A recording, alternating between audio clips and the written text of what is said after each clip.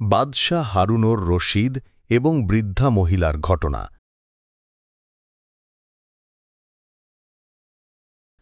একসময় বাগদাদের খলিফা ছিলেন হারুনুর রশিদ। তিনি ছিলেন অত্যন্ত ন্যায়পরায়ণ এবং বিচক্ষণ শাসক।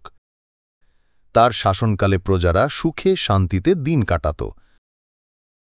হারুনুর রশিদ প্রায়ই ছদ্মবেশে রাতের বেলা শহরে বের হতেন, যাতে তিনি প্রজাদের প্রকৃত অবস্থা জানতে পারেন। এক রাতে তিনি তার বিশ্বস্ত উজির জাফর বার্মাকির সাথে ছদ্মবেশে ঘুরতে বের হলেন। তারা দেখলেন শহরের এক প্রান্তে একটি কুঁড়ে ঘর থেকে কান্নার আওয়াজ আসছে। তারা সেখানে গিয়ে দেখলেন একজন বৃদ্ধা মহিলা তার ছোট্ট কুঁড়ে ঘরে বসে কাঁদছেন।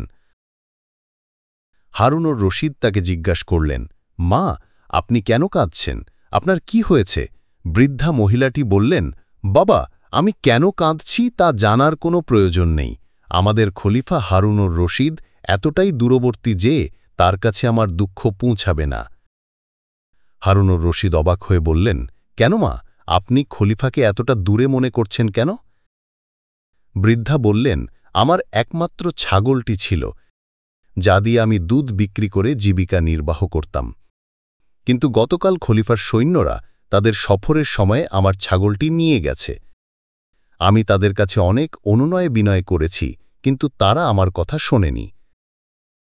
হারুনুর রশিদ খুব দুঃখিত হলেন এবং তার উজিরের দিকে তাকিয়ে বললেন, কি আশ্চর্য, এই ঘটনা আমার অজানা ছিল। তিনি বৃদ্ধাকে সান্ত্বনা দিয়ে বললেন, মা, আপনি চিন্তা করবেন না, আপনার ছাগলটি ফিরে আসবে এবং আপনি তার বিনিময়ে আরও বেশি কিছু পাবেন।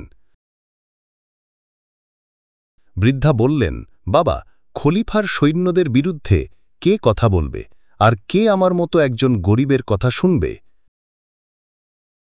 হারুনুর রশিদ তার পরিচয় গোপন রেখে বললেন, যদি আপনার কথা আল্লাহর দরবারে পৌঁছায় তবে কি হবে? বৃদ্ধা চোখ মুছতে মুছতে বললেন, যদি আল্লাহর দরবারে আমার কথা পৌঁছাত তাহলে কালকে খলিফা হারুনুর রশিদের বিচার হতো। এই কথা শুনে হারুনুর রশিদ কেঁপে উঠলেন। তিনি উজিরকে বললেন, জাফর, বৃদ্ধার কথা শুনে আমি লজ্জিত। আল্লাহ আমাকে এত বড় সাম্রাজ্যের দায়িত্ব দিয়েছেন, আর আমি আমার প্রজাদের এমন দুঃখের কারণ হয়েছি। পরের দিন সকালে হারুনুর রশিদ তার দরবারে সমস্ত সৈন্য প্রধানকে তলব করলেন। তিনি তাদের জিজ্ঞাসা করলেন, গতকাল রাতে তোমরা কে কোথায় ছিলে? তোমাদের মধ্যে কে একজন গরিব বৃদ্ধার ছাগল নিয়ে এসেছ? এক সৈন্য প্রধান ভয়ে ভয়ে স্বীকার করল যে তারা একটি ছাগল নিয়ে এসেছিল। বাদশাহ সঙ্গে সঙ্গে সেই সৈন্যকে বরখাস্ত করলেন এবং তাকে আদেশ দিলেন, ওই বৃদ্ধার ছাগলটি ফিরিয়ে দাও এবং তার বিনিময়ে তাকে 10টি ছাগল এবং 1000 দিরহাম দাও।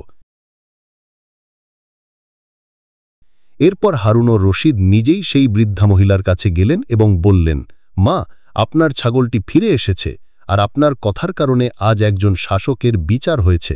বৃদ্ধা অবাক হয়ে জিজ্ঞাসা করলেন, কে আপনি? হারুনুর রশিদ বললেন, আমি সেই হারুনুর রশিদ যার জন্য আপনি আল্লাহর কাছে বিচার চেয়েছিলেন। বৃদ্ধা আনন্দে কেঁদে ফেললেন এবং হারুনুর রশিদের জন্য দোয়া করলেন। এই ঘটনা থেকে বোঝা যায়, একজন প্রকৃত শাসককে শুধুমাত্র ক্ষমতার অধিকারী হলেই চলে না, তাকে তার প্রজাদের প্রতি সংবেদনশীল এবং ন্যায়পরায়ণও হতে হয়। গল্পটি কেমন লাগলো? আপনি যদি হারুনুর রশিদের আরও কোনো গল্প বা অন্য কোনো বিষয় সম্পর্কে জানতে চান তাহলে আমাকে জানাতে পারেন।